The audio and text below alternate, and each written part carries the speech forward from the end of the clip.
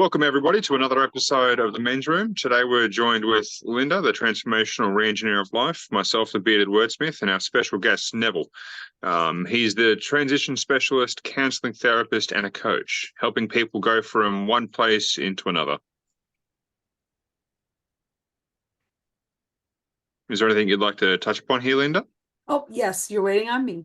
So, yeah, yes. And so we're really excited to speak with Neville today because we're going to be navigating what happens during significant life changes. So both the changes that may have been chosen by us, and then also navigating the changes that we didn't choose. And so with that, Neville, could you define what you consider to be a significant change or life transition? Okay. On a very broad level, and by the way, thanks for having me on the show. I really appreciate being in the men's room here. On a very broad level, significant life change is anything that happens that overturns your world. There can be a bit of a personal component to it and quite specific applications for individuals, but generally, you can look at things like relationship changes, health challenges, career changes, relocations. Yeah, there are a whole range of things that basically overturn your world and force you to start working in a different way. And there's a whole bunch of things that go along with that kind of thing. But the reason that I'm focusing on significant life changes is because we're going through change all the time. I mean, we lose skin, we lose hair, all that kind of stuff is happening on a daily basis. But significant life changes shift us out of life as usual. And we've got to then navigate then what becomes our new normal. And that's essentially how I'm looking at significant life change. That's really interesting that you were saying that we want to navigate our new normal, because I remember that particular term coming up repeatedly during the time of the pandemic. Everyone would say we're going to get to the new normal. And I'm sitting there thinking, why don't we just say we're getting to the new way of living? Yeah. Yeah, I hear that. I hear that. And yeah, significant life change really does put us in a place where we're in a new world. And so we have to act in new ways. So yeah, a new way of living. I quite like that way of phrasing it. Thank you. Oh, you're welcome. Mm.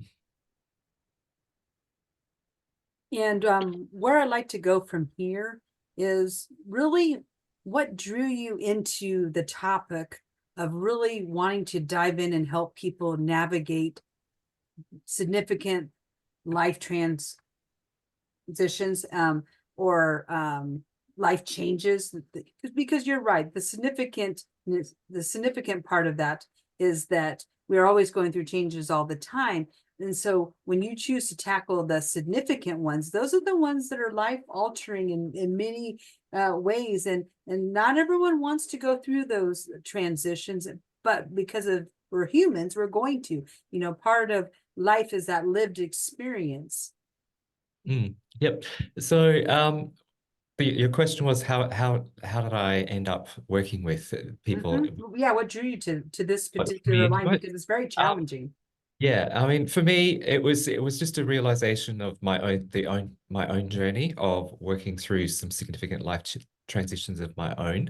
I have been through like 5 international relocations in the course of my life, 3 of them as a child, and then and then 3, 2 as a child, and three as an adult, and lived in 4 different countries, and yeah, there's just had my own experience of burnout, have been through career change as well. And there are different challenges around those kind of things that kind of shake up how you see yourself and how you respond to what's going on. And that's basically my own experience of that was that it was a very lonely journey. It was very much a sense of like, I'm going through this by myself. I don't exactly know how to navigate it, and I'm doing the best that I can. And I didn't really want to have other people going through that same kind of experience of doing that transition alone.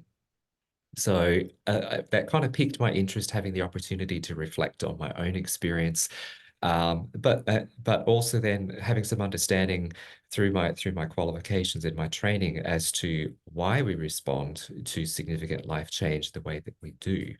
In addition to that, I mean, I come from a third culture kid background, and that basically means that I spent part of my childhood and adolescence outside of my parents' culture.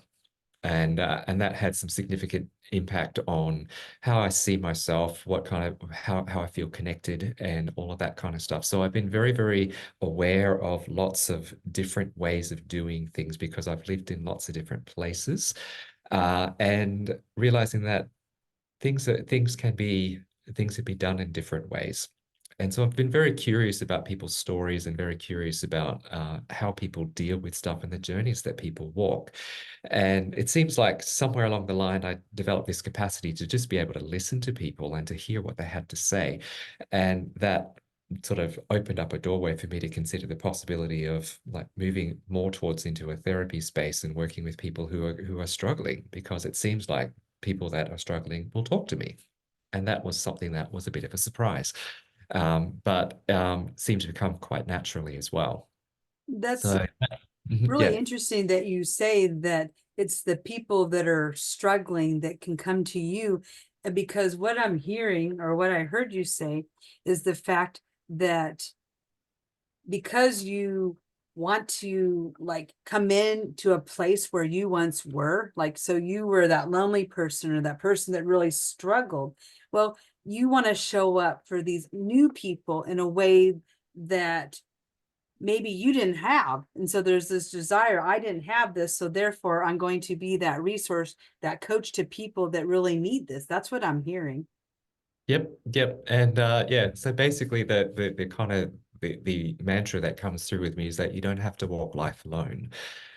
Significant life changes can make you feel really lonely. It can make you feel like, why is everybody else doing okay and I'm not? And raises big questions about the self. It raises big questions about how I'm connected to the world around me, and it raises huge issues around like who am I? What's my identity? And what can I bring to this new situation? Because the whole thing of the world being overturned really shakes you up, and it makes you wonder, like, what do I have? And so some of the common experiences, and this is one of the questions that you were asking about earlier, is just like common experiences that happen in significant life change. Like there's a lot of stress. You're shifting and changing. You're having to adapt to a new set of circumstances. And as humans, we're actually not really great at dealing with change. We're not as adaptable and flexible as we probably would like to be. And particularly when your world gets overturned unexpectedly, change is often perceived with a sense of suspicion. It's like there is a sense that maybe there is some danger involved in this new world that I'm going into that I don't know. And so therefore, I don't know how I'm going to deal with it. I don't know how to respond. So stress is a natural response to this sense of like, there's possible danger here and I need to be prepared for it. Then there's also a lot of grief because the world being overturned kind of means that you have to leave some things behind. And grief is about, I've left behind something that actually had some meaning and some significance and some importance to me. We don't grieve things that don't matter to us. We grieve things that are really important. And there are varying levels of importance. So the level of grief will vary depending upon the significance that you've attached to the thing that you've lost. And honestly, I mean, the grief is, you would expect it with things like a death, but a lot of people don't realize that grief is actually part of any significant life change. And so it's not just somebody has died and is no longer in my life. It's just that there are things that I used to have that meant something to me and that were important parts of my world that are no longer a part of my world now. And that has an impact on us. It affects the way that we deal with things, and we have to come to terms with that loss, that thing no longer being present in our lives in the way that it used to, or even not being present in the same way that it was. Another thing that comes along with significant life change is just this whole thing of like relationships. the relationships that we had prior to the change are often affected and shift. Sometimes a relationship disappears. Sometimes a relationship becomes something other than what we had experienced before. Sometimes the relationship becomes better than it was before in ways that we don't expect. And navigating all of that shifting relationship is often a part of a significant life change, because who I am now in this new world means that the connections that I had with people who knew me before may not be the same. And then I end up forming new connections in this new space. And though that takes time and that takes effort, and that can be really quite challenging. Along with that, a common experience with significant life change is just this whole sense of like, what's my future going to be like now? Particularly in changes that you didn't expect, but even sometimes with changes that you have initiated. So somehow I found myself in this world that I thought I wanted to be in, and I'm now moving in a different direction, or the future that I thought I was heading for before I made this change somehow either seems irrelevant or it doesn't seem reachable anymore. And now I have to formulate a new dream of the future. And that can also take time and an adjustment of like letting go of the old dream and looking at the possibilities of what my future can look like now. You know what I'm One thinking? of the things that you touched upon that I'd like to ask is, I've seen a lot of people struggle with change, but the reason why I think I've seen them struggle with change going through life is because they haven't wanted to change personally. I've always thought that people need to change constantly, whether that just be changing small things up about how you do things, who you are and stuff. And it doesn't need to be a massive change, but more often than not, I've seen people refuse to change anything, and then all of a sudden life changes everything for them in an instant. And that's when things can go south, because they haven't adapted to small incremental changes, being comfortable with that uncomfortable feeling of uncertainty, not knowing where their path is going to lead. And that's where I've embraced that sort of thing. And I've seen there's a lot of benefits to change. It does take time, it does take courage, and it does take understanding, knowing that you're not going to be able to become the person that you want overnight. If you, for me, like I used to be a former drug addict smoking a lot of weed. And for me, I was still attached to smoking because it brought me joy, it brought me a bunch of different emotions. But it wasn't until I reflected upon these and realized that if I don't change, life is going to change something for me. And I'm not getting that trajectory as I anticipated, as you sort of touched upon. And I would like to ask, is this a common theme that you've seen along people that you've helped, where they've refused to change and then all of a sudden change just happens to them? Then you've got to come in and sort of help put the pieces back together for them. There are a couple of different responses to this question here. One is that there are elements of personality that come into play, because there are people that are much more comfortable with structure and routine and so on. And then there are other people that are really open to new experiences, and they're constantly seeking to move outside of structure and routine as much as they can. So the people on that end of that scale will probably embrace change a little bit easier than people who are into structure and routine, because it's like change breaks things as far as structure and routine is concerned, and it can make them very anxious. So there is an anxiety component there. Their comfort is found in the structure and in the routines of life.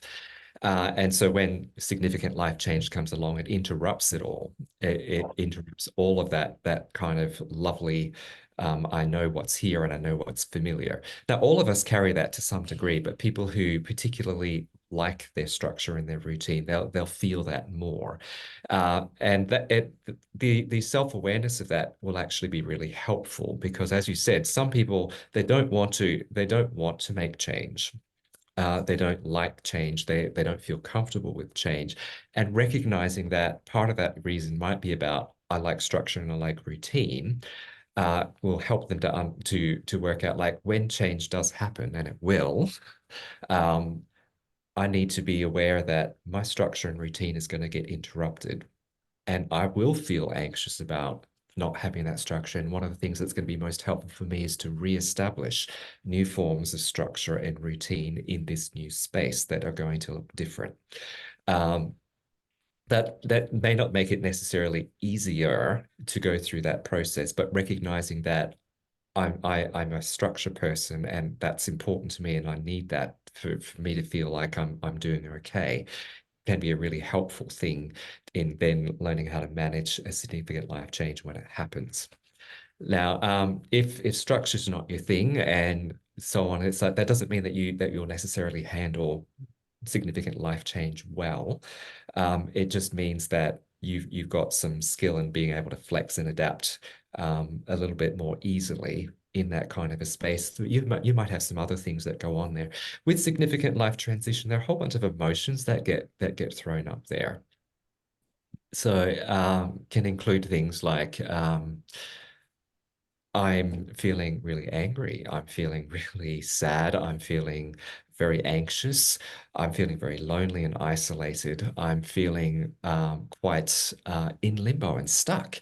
And all of those kind of emotions, different people will respond to those things in different ways. And the life transition that people walk through will bring some emotions to the surface, while other ones that you won't even touch. So it's quite unique depending upon the type of transition it is, but also the type of person that's going through that transition.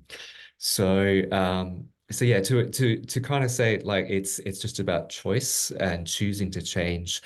Um, it it's not quite that simple. It's not quite that simple. There is some complexity around that, and I guess from my perspective, what I'm generally finding with people that are going through change is that they need a bit of time to come to terms with what that change actually is. And for some people, particularly people who like the structure and routine, that can be a longer journey than for other people. And there can be lots of nuances around that. So what I'm finding with people, it's like we're getting to a point of accepting that the change has happened and then working out what am I going to do with this change. And for some people, that's going to be a longer journey than others. So it's not really a one size fits all type of approach to the transition because there are so many variables that come into play with each individual person and each individual circumstance. The interesting thing that I notice is that you can have multiple people going through the exact same experience. And some people sail right through it or appear to sail right through it. And other people at the other end of the scale, they completely fall apart. And they've been through exactly the same transition, the same life change, but they are affected differently. And that's not a right or wrong thing. There are just so many things that come into play that influence how people respond when their world changes. You'd say So, there's too many variables in that because I've seen the same thing. Like for example, we went through the 2022 floods up here, and it was a big difference between the way certain people responded and others did.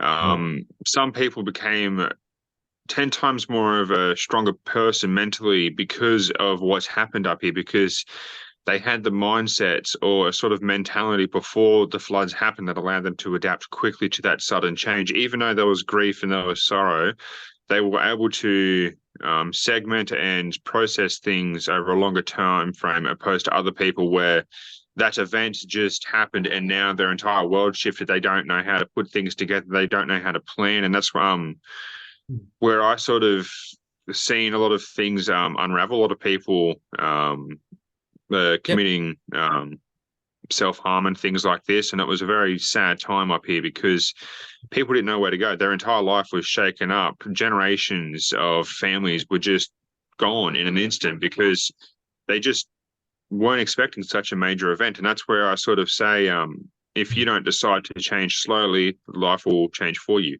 And one of the things that I've tried to suggest to people that like to have a structured life is implementing small bits of change, not to mess up the schedule, not to mess up the way in which you go, but to implement small bits, to get accustomed to it, to get accustomed to planning for the unknown, because the people who can adapt to change easily usually have some sort of plan or some sort of way in dealing with these things. Not everyone that changes often does. Some people just say stuff it and let's go, and they sort of just go head first into it and then learn from that. But other people like to plan, and that's where I find that the people who like to be too chaotic and change constantly need a bit more planning.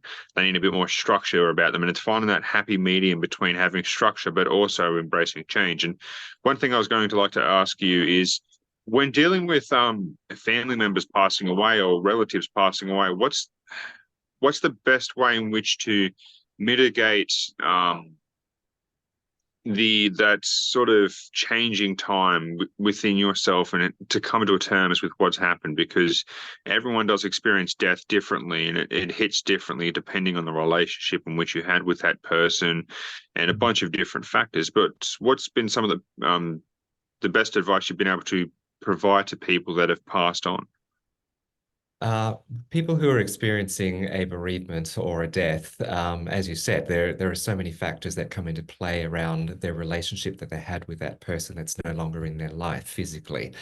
And I guess one of the things that I work with when I'm working with people who are dealing with bereavement is around just giving them permission to grieve in the way that they need to.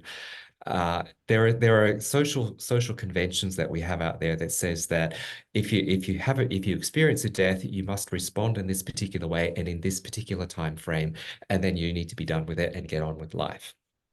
And that can be really unhelpful, because it's like it kind of says that all of our grief experiences, all of our bereavements are all the same, and they're not. They're absolutely not. It's like the relationship that I had with that person had affected me in particular ways, and it takes time to process that through. So and also grief is not actually a problem.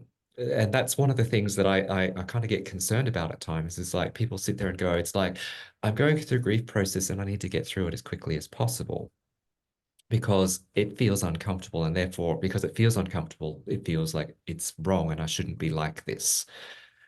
Grief, bereavement has changed your world, and that is going to take some time to adjust to. And giving yourself the permission to take time is going to be important. It's like one of the most unhelpful pieces of advice that I hear over here in Australia is that, oh, you just need to get over it. It's like, well, there's been somebody who's been really important in your life that's no longer there. What does it mean to get over it? It's like they're even though they're no longer here, they're still important to you. And the grief is often an indication that they meant something to me. I'm grieving them because they were important to me. And for people to rush through that process is to somehow downplay the significance of that person in their lives. And so not putting timeframes on it can be helpful. I mean, some people say it's like, get through the first year first to see what it's like. For some people that'll be a shorter time frame. For other people it'll be longer. And it's going to really depend. But giving yourself permission to actually feel what you feel, and to recognize that it's going to take some time to work your way through that, and come to a place where you can accept, hey, my world doesn't have this physical presence of this person, and how am I then going to deal with those ongoing feelings of like, this person's no longer here? That can be really, really important. Linda, yes. Yes, I was going to say, I've actually experienced something different through observation. You talk about how people want to move through it as quick as possible, and society says that you should put a time limit on it, and that people see it as a problem. What if there's a person that actually is observing how other people are experiencing grief, and they are more judgmental about how somebody else could either go longer or shorter? Because you said something good, and I thought that people should hear, is the fact that it's different for each person, because you have some people that want to stay in the hurt and the pain because that's part of, in some ways it could be their identity they're holding on to. And then they see other people, they're like, well, how can they just move through it so fast? They must not be feeling anything.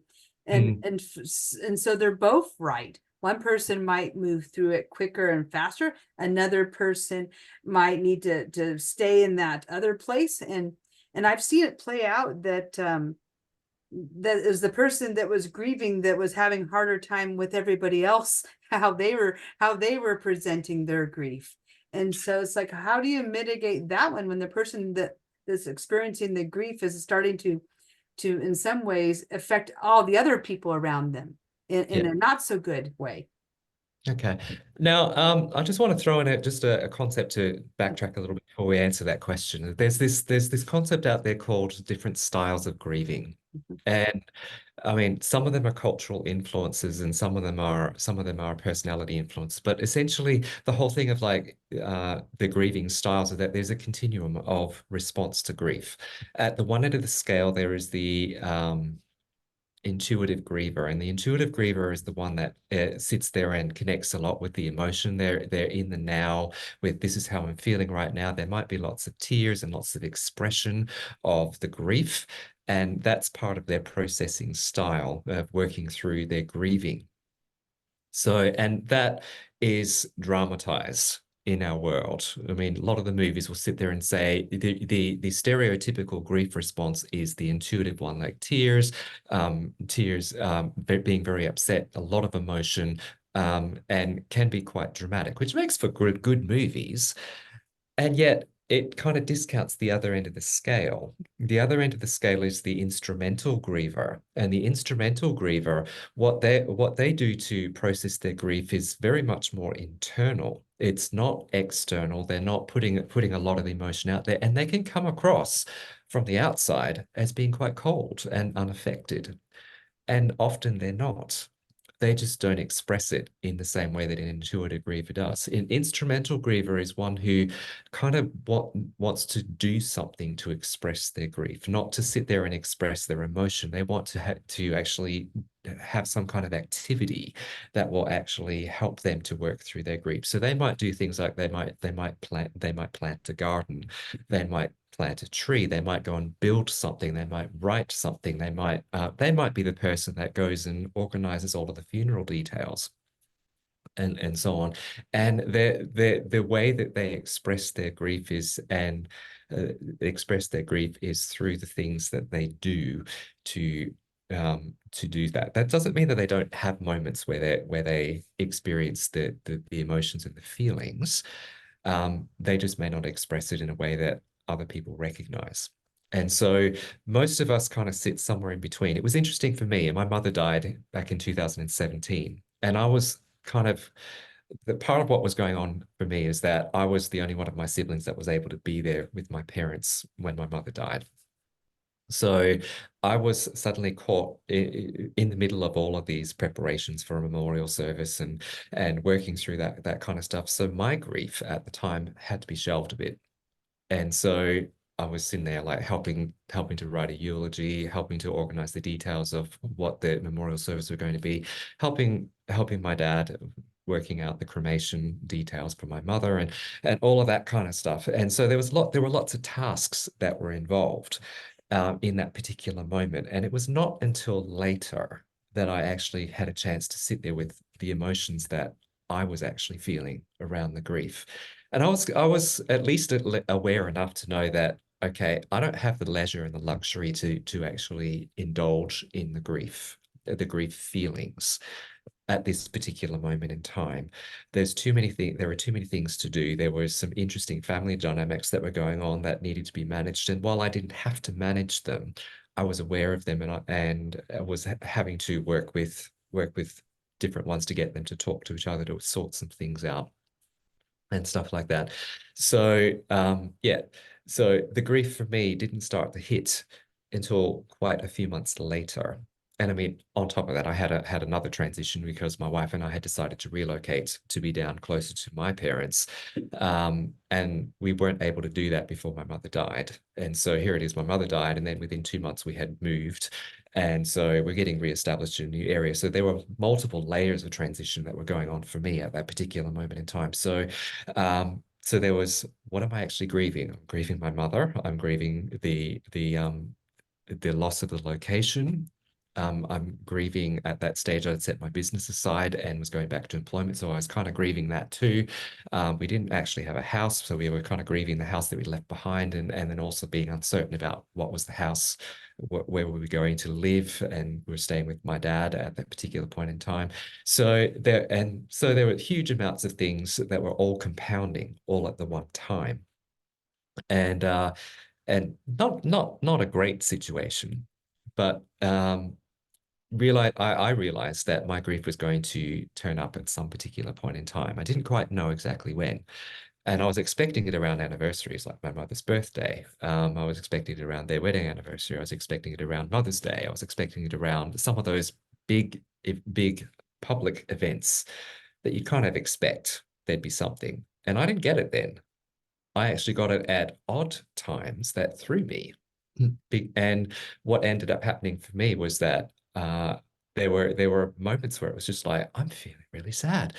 And I'm really remembering my mother, and I can't put my finger on what's triggered that.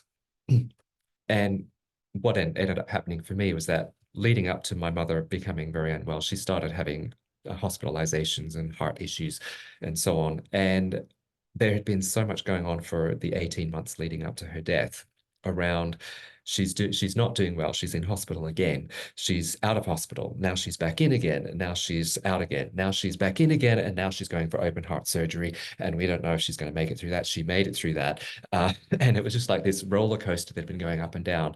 And I was getting grief responses that were tied with all of the hospitalization dates. And once I realized what was going on, I knew when I was likely to expect another response, another kind of upheaval, emotional upheaval. It didn't mean that I didn't experience it, but at least I knew it was coming.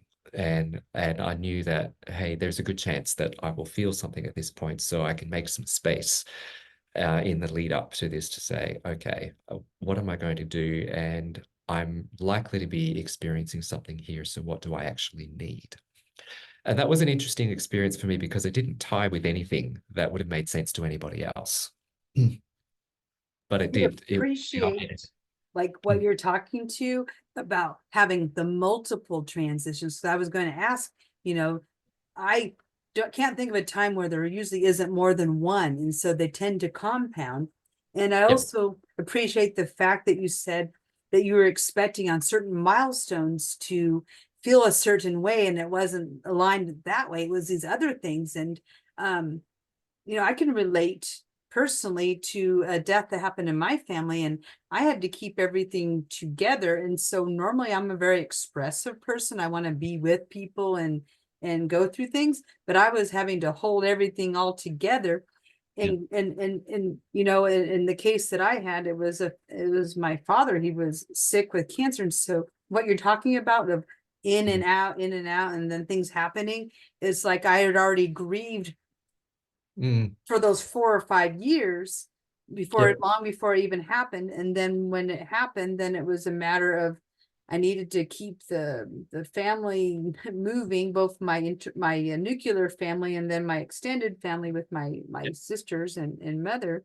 And I noticed that the grief really didn't happen until situations where I'd be in public situations where someone would talk about how their father was proud of them and things like that. And then that would be the time that it would happen. It wasn't necessarily at all the different junctures. And so I just wanted to point out that you expressed a lot of different things just through your own storytelling about how a person could go through so many transitions at once. And then when you're trying to unpack why you're feeling the way that you are, it doesn't always line up with the logical progression, because I don't think that grief is necessarily logical. I think there is a logic to grief, but it's not necessarily the one that we would expect. So I think sometimes we come into grief situations and significant life changes expecting that it has to look a particular way. And sometimes it does. But a lot of times there are some nuances to it, or things that end up showing up quite differently from what we expect. And I think sometimes that's one of the hard things about transition, is that no matter how prepared we are for it, the actual experience ends up being something that we haven't, there's usually something in there that we haven't anticipated. And the whole thing, your comment there about you saw that you were walking through that 4 or 5 years of your father, the cancer progressing for your father, and then preparing a grieving ahead of time. Mm-hmm. I mean, that happens. It's like you will sit there and go, I can see that the end is coming, and I'm preparing myself for that, and I'm feeling that, and I'm noticing what's going on in the middle of that. And then the event actually happens, the loss actually happens, and it's a different experience on the other side of it. And that's quite an interesting thing to pay attention to, because it's like you can prepare as much as you like for the event, but once the event happens, that ripples out in directions, in ways that maybe you didn't anticipate.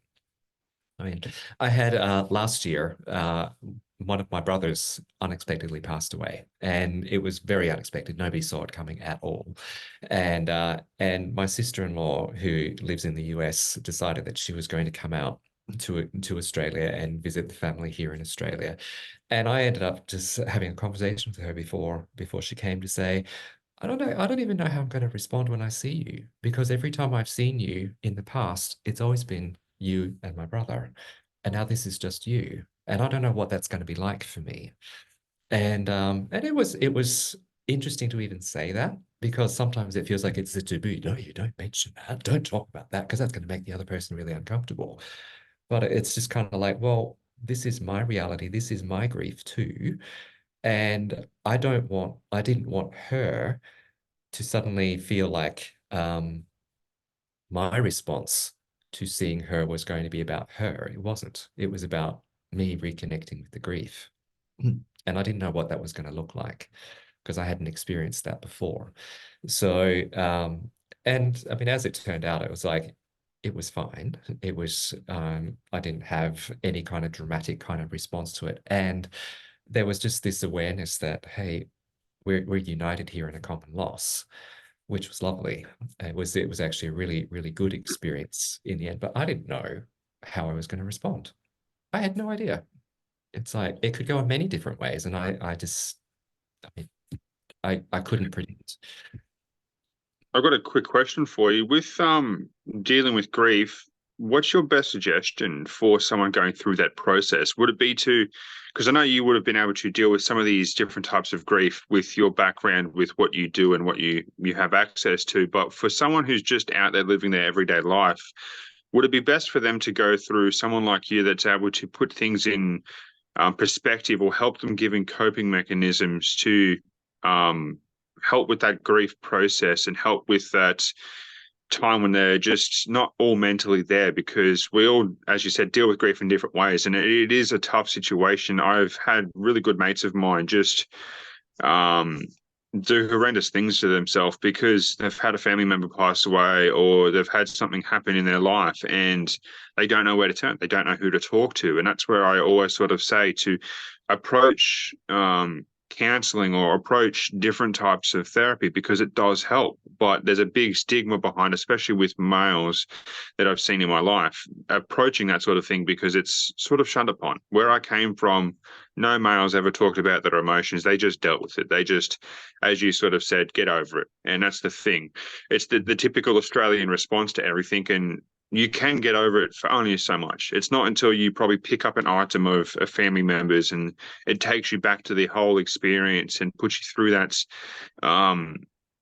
time when you just didn't come to terms with everything. And that's where I've seen these people that are amazing, and they, out of the blue, just done it to themselves, and then you have to deal with the consequences of their actions. And I just sort of thought to them, well, if only you went to counseling and therapy, and that's where I'd suggest going to it. But what would be your thoughts, and to say something politely to them, or to help coax them into going to therapy, because it's a big important thing with people who don't have that support network around them?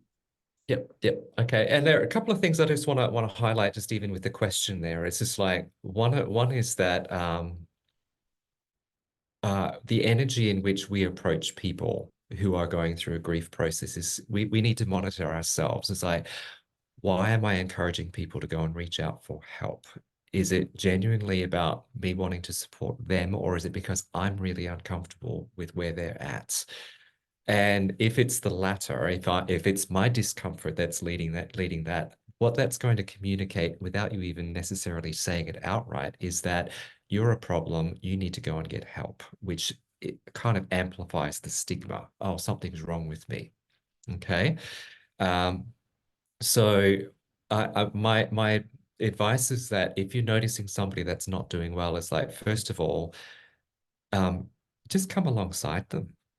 So I noticed that you seem to be really stuck. And is that what's really happening for you? Okay, because we need to challenge our own perceptions. What we think is going on may not be what's going on at all. So can I come alongside of this person who goes like, you don't seem to be quite yourself since such and such died. Um, how are you doing? And not coming in with some assumptions that things are good, bad, or indifferent, but just that I've noticed something, and I let me express a little bit of curiosity about what's going on for you, because what I think is going on may not be what is going on. So let me explore that, and then sort of that in itself might be really, really helpful for somebody to say that somebody I'm seen.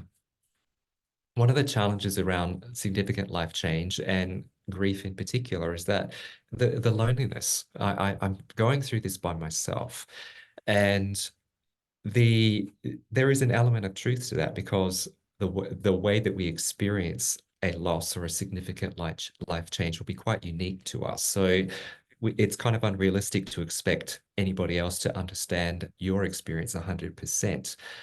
But the lie that comes with loneliness is that no one understands anything about my experience and that I'm unseen.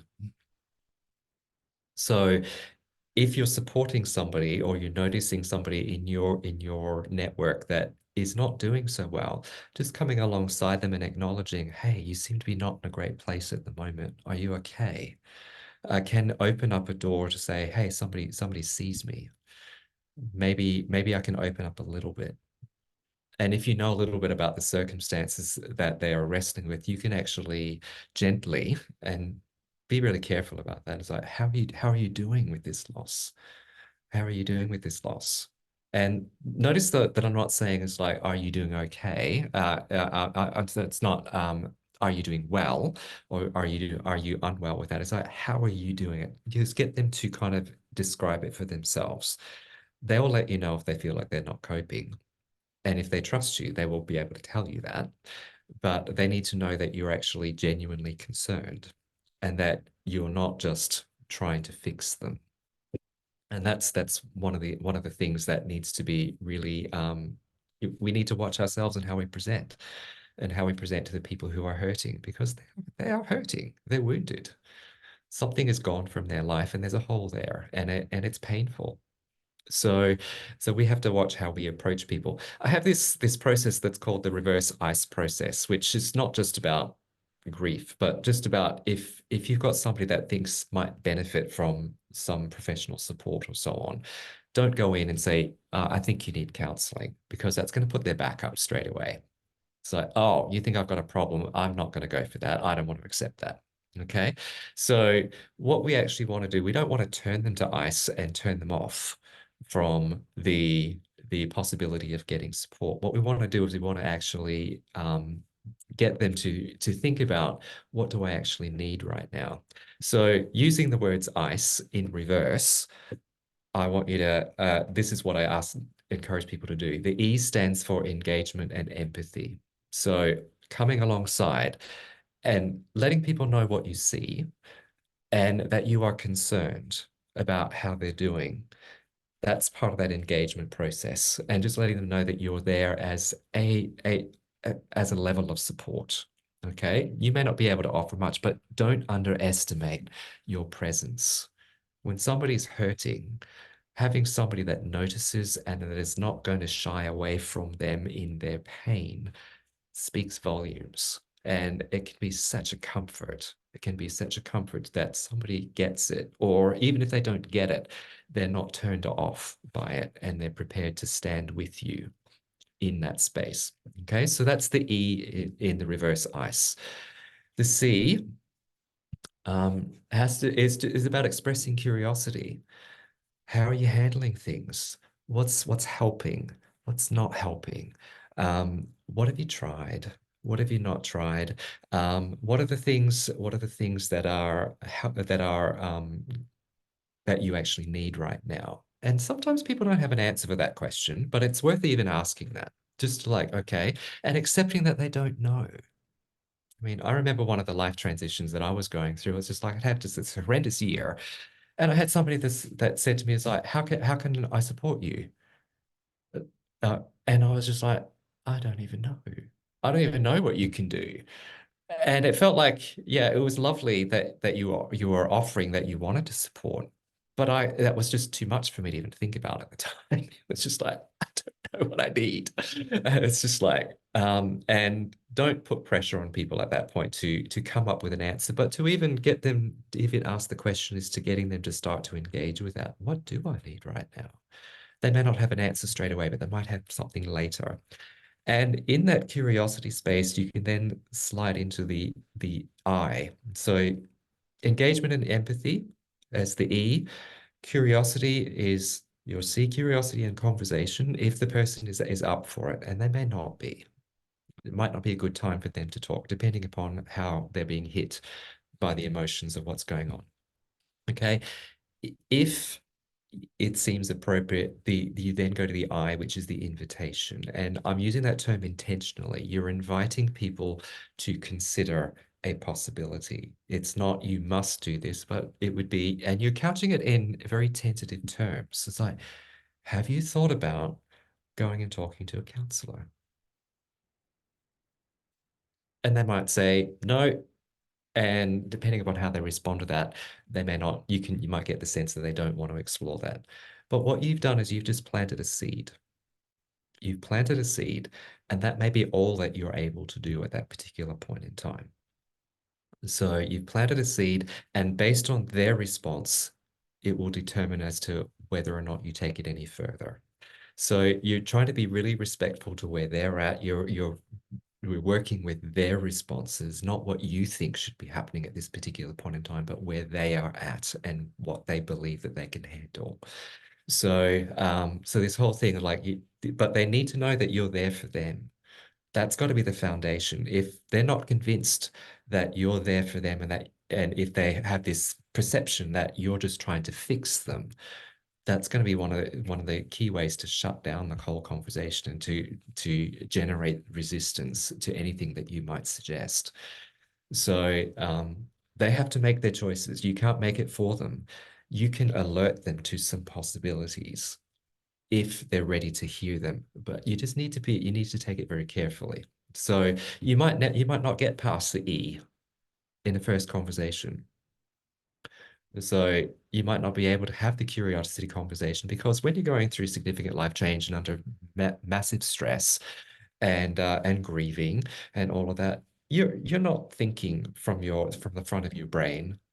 Your logical, rational thought is a bit harder to access because another part of your brain is coming to the fore and it's trying to protect you and it's trying to help you to heal.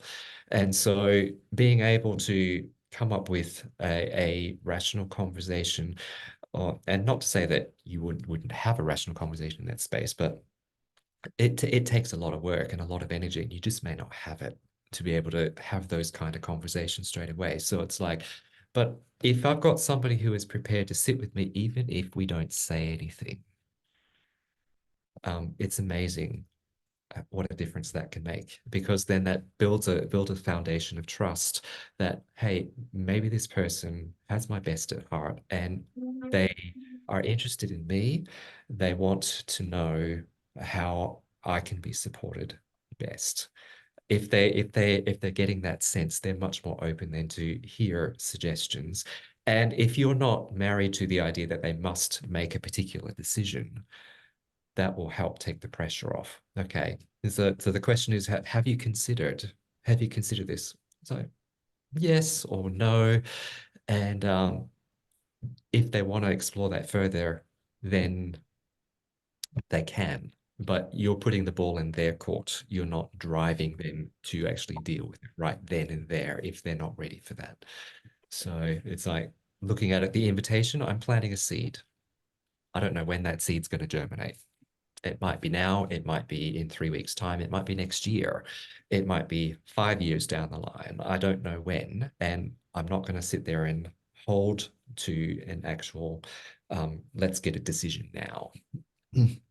But One just of the things I was going to ask as well is, before I let Linda touch upon something, is how do you um see when someone's going through this grieving process? What are some of the signs to look out for when you've got someone in your family or you've got someone that you know going through this, and they don't outwardly display it like other people might? What would be some of the key signs that you could pick up on, whether it be a mood change or a bit of a personality change, or even just changing of lifestyle? Because I've often thought back on the regrets that I've had of not approaching the people that I knew that done things, and I'm seeing the signs that were there. And it wasn't until years later did I learn how to look for them. And so I thought I'd ask, what would be some of the best ways for people listening to this to reach out to people and see those signs, to know Yep. that they might need even a bit of a help, bit of a conversation, to feel like they're being heard in this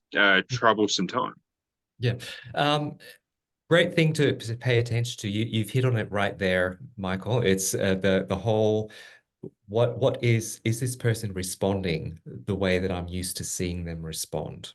So that's going to be key. If I'm noticing that something is different about the way that they are conducting themselves, um, then that would be a cue for me to go on and reach out. It's like, I'm noticing that you're doing this, which I haven't seen you do before. Are you okay? That can invite a whole bunch of things. Sometimes I will sit there with people who are going through a grief process and talk about, like, you've got internal stuff that's going on, which a lot of the emotions are there, and regret and anxiety and loneliness and all of that. A lot of that is an internal experience, and most people don't see that from the outside. But there are signs that you can look for that can give an indication that somebody is not doing well. And it's not that it needs to be one thing or another, but you're noticing a change in any of these areas. So the change can go in multiple directions, but it's something different from the way you've experienced this person before.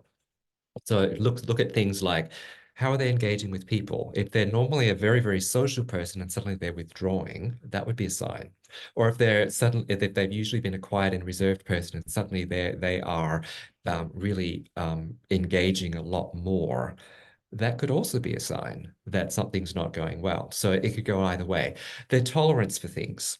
When you go through a significant life change or a grief of any description, your tolerance for things may change. There are things that were real bugbears for you in the past that suddenly they don't create a ripple anymore.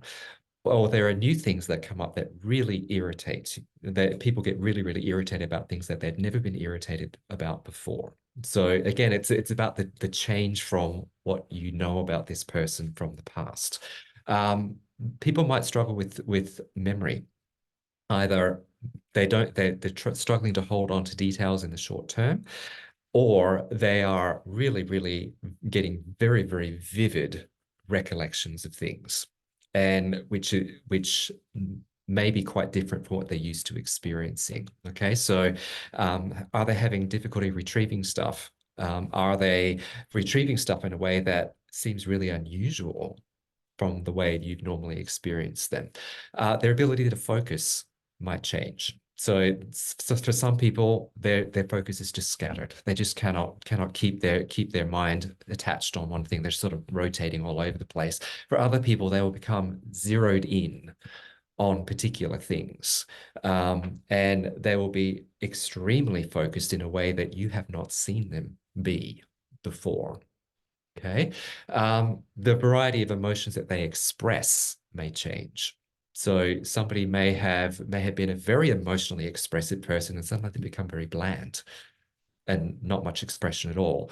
Or that you might be seeing much more irritation and anger showing up. Now, there's a whole conversation we could have about anger itself and how anger is often built on a whole bunch of other things. I'm not going to go into that now, but just flag that as a possibility for the future. How are they holding their body? Are they hang down type of thing when they're not normally like that? Are they really tense? Are they very relaxed when they normally aren't? What I mean, the way that they carry their body might give you some clues that, hey, something's changed here, and I'm noticing something. There might be some weight loss. There might be people eating weight loss or weight gain can be a sign. People may change their eating habits. They may be suddenly a ravenous eater where they've usually been just a picky eater, or they just don't have no appetite at all when they've usually been eating pretty solidly and so on. So you might notice things like that. Their energy levels, they might have very low energy when they're normally not like that, or they may have an extremely heightened amount of energy that they present, which is different from the way that you've normally experienced them. Okay. Sleep. And you may not see this depending upon who the person is, but people's sleep can be affected. They might sleep less or sleep more than they normally do, and the quality of their sleep may change. So, and you might see that if somebody coming in with like dark circles under their eyes and all that kind of stuff. And that can be connected with energy, may not be, but yeah. So those are some of the external things that you might notice of somebody who is struggling with a change. And if you're noticing some or even one of those particular signs and you catch it and you express some curiosity about it, that may be a really good way to make the connection with the person and to let them know that they're seen. So does that help, Mikeul? Yes, it does. And it sort of gives me more information behind things that have been happening. So I'm at that time in my life when I've got grandparents and stuff passing away, that I've got uncles dealing with things, and I'm usually the really sort of I'm the spokesperson for speaking about your emotions, speaking to other people about it, because our family's very shut off. We're very hard-headed, so to speak, and we just get over things, and then we make stupid decisions, or we just don't think clearly in the moment. So that really did help clear some things up on what to look for in the future. And I'll hand it over to Linda because I think she had something to say. Yep. Oh, I have lots of thoughts as you were going through all of the different changes you could see in a person. And so, a lot of times people are thinking that you might see some of the negative attributes presenting, and a lot of times it can be those positive things, or like you were saying, the increase in energy, the not maybe being irritated by things that once did.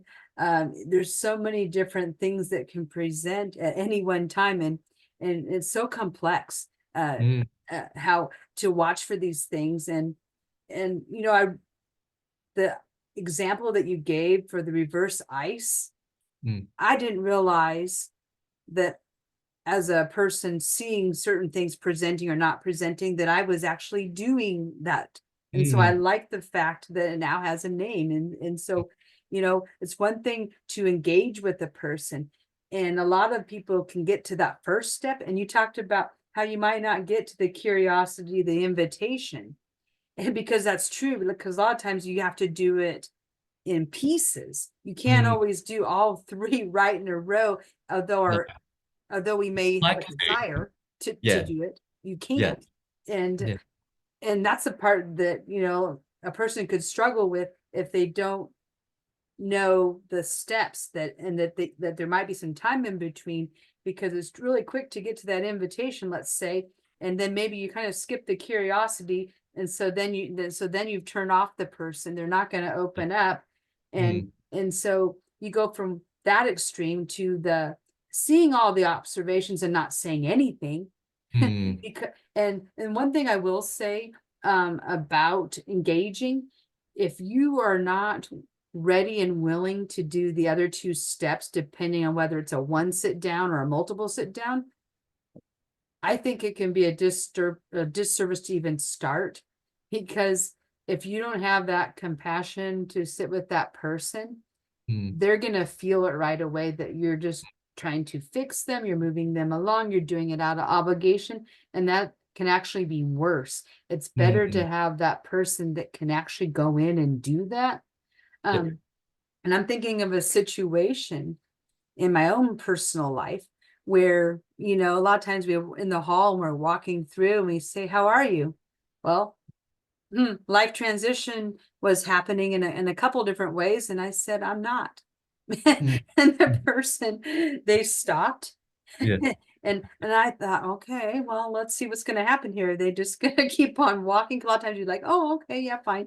And you don't even listen to what the person's saying. But no, they stopped in their tracks and said, can we go to a private place and have a conversation? That's just what I needed in that moment. And so It's lovely how the person gave you the option to say no. yes. And it's this lovely respect there that says this might not be the right time for you, but I want to let you know that I'm willing to do this. Yes. And Yes. so if you want that. If you want that, yes. And so that was like the person handled exactly in the way. And I think I knew intuitively that the person was going to sit with me and have that conversation.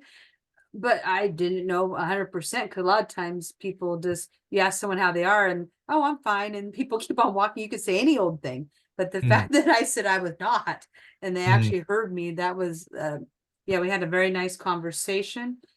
Yep. And, you know, yes, they did tell me some stories about their own life, but it was relevant. And I invited them to tell their story to connect with me. Because sometimes when you tell your own story, you're taking away from that person's. So there's that fine line on whether you should be saying something or not saying something. But they went in a way that I was fine with them telling their story. It gave a different perspective, and I was able to walk out of their office and feel like I was heard, and I wasn't alone anymore, and I could just move on with things. Yep. And that's the ultimate outcome of our connecting with people. It's like whether or not they access any kind of professional help or not, it's like they know that somebody is in their corner, somebody is on their side, somebody has seen them, and somebody has been willing to sit with them in that space.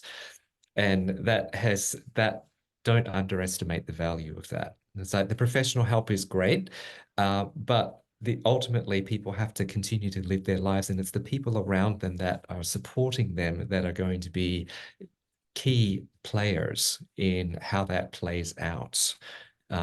Because it's like, okay, you go and work through and get some strategies and so on, but the counselor, the therapist isn't going to be there when you have to go into your daily life. So it's kind of one of those ways in which you can, instead of suggesting counseling, is just to plan things with them. So like if you've got a family member going through things, or you've got a friend going through things, being like, well, if you don't got anything on this weekend, and you know they sort of don't, you just suggest like, well, we can go to the racetrack, we can go for a walk, we can go for a swim, we can do a bunch of different things to help sort of make new memories and allow them to have time to unpack the feelings that they have, because that time where they've got free, sometimes they're able to go through their emotions in that process of going for a walk or going for a swim, where they just sit back and reflect on things. And that's when you can sort of, as you said, plant that seed of maybe going for a little bit of counseling or talking to some professional help when it comes to grieving over someone, because that is definitely a difficult process, and everyone does experience it differently. And as you said before, there's so many different types of grief. It's often hard to know how to approach it. So the best thing, as you said, is just to sit with them and talk, just to make sure they feel heard, to make sure they have someone that might not understand exactly what they're going through, but someone who's willing to try and understand, to try and come to the same terms that they've had to go through. Yep. And I think along with that, I mean, it's the whole thing of what we were talking about earlier with Linda there about the respectful questioning, is that offering people and giving them the opportunity to say no, because they may not be ready for that. But then also not feeling rejected if they do say no.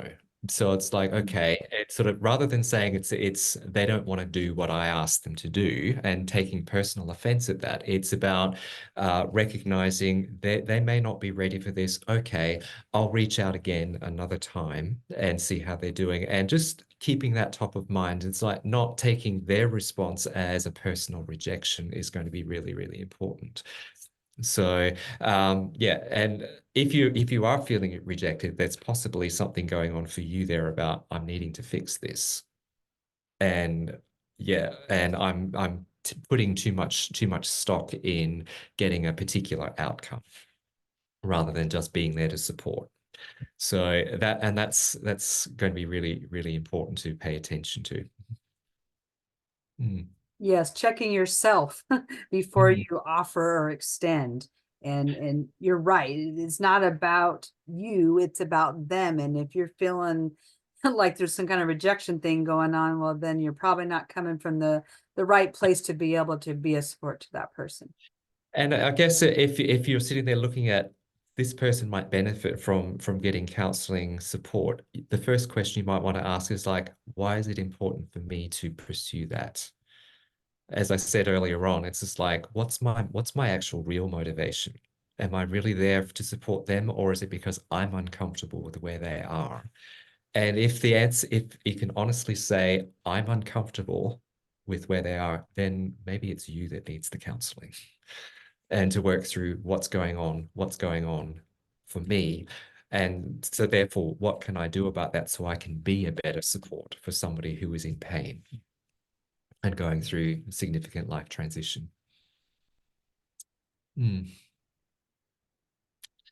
That was one of I think the good takeaways with this is it's a double-edged sword when it comes to recognizing grief. And as you said, it might not be it might not be the person going through something. It might be you going through something where you're feeling uncomfortable, and then recognizing that that's a sign of change. It's a sign of something not being normal, that you're not used to that structure or them being a certain way, and it might trigger you to do certain things, or it might make you enact, or no, not enact, but act upon certain emotions that will come across the wrong way because you're going about it the wrong way. And as you said, sometimes all you need is to recognize why in which you want to help someone, and that will in and of itself give you the solution that you need. If you genuinely just care for the person, then usually it is a lot easier to approach that person because there's already a good relationship between you. You know that you care about each other, whether it be on a friendship relationship or an actual family relationship, and you can approach them. But if you're only acquaintances and then all of a sudden you're like, well, what's going on here? Or why are you different? Then it can cause a bit of turmoil, and it can definitely shut down that barrier to entry because you've already you've already said certain questions to them that have made them put their back up, and that's not what you want when it comes to these sort of things. And it is sometimes coming to terms with someone's going through something. There's nothing that I can do. The best that I can say is I'm here for you, and sometimes you just have to leave it at that. Mm. Yep. Yep. And sort of gauging your response based on how they respond to your approach is going to be important. Mm. Is there anything you'd like to touch upon, Linda? I think that today's conversation has been so helpful on many levels for our listeners in the men's room. And I want to extend an invitation tonight as well. And that's if somebody is going through a life transition, and whether they're experiencing grief or maybe they are experiencing a life transition where they have a positive change that's coming, but yet they're not sure how to navigate that spot. How is the best way for them to get a hold of you to have a consultation to see if that you could work with them? Easiest way would be to go to my website. It's www.synershipcounselling.coaching.com.au. There is an opportunity for you to either send me a message or to book in for a free 15-minute call to just to explore what it is that you might need and to see whether or not this is going to be the right thing to work with me. So that's the starting point. And then from that point, if you wanted to take it further, we could explore what your options are.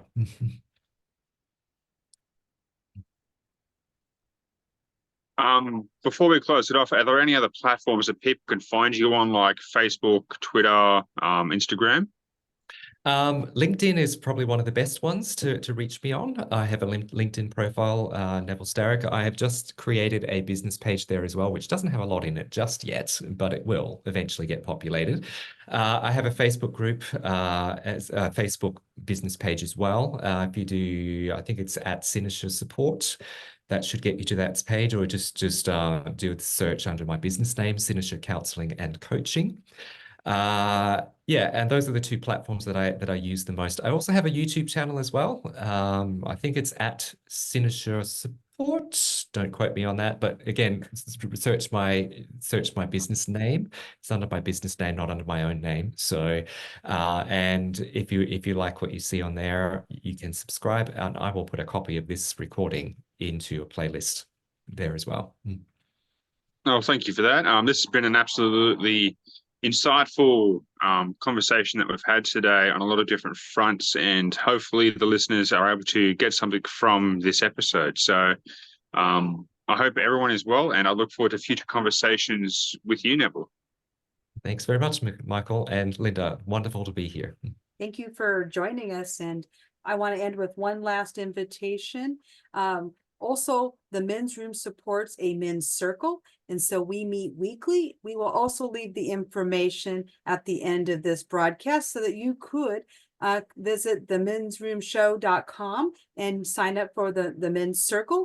And also subscribe to our channel here. If you're watching us today, you may have gotten the link from a friend. We want to have you also continue to pass it on to other men or other individuals that would also benefit from these conversations. Thank you.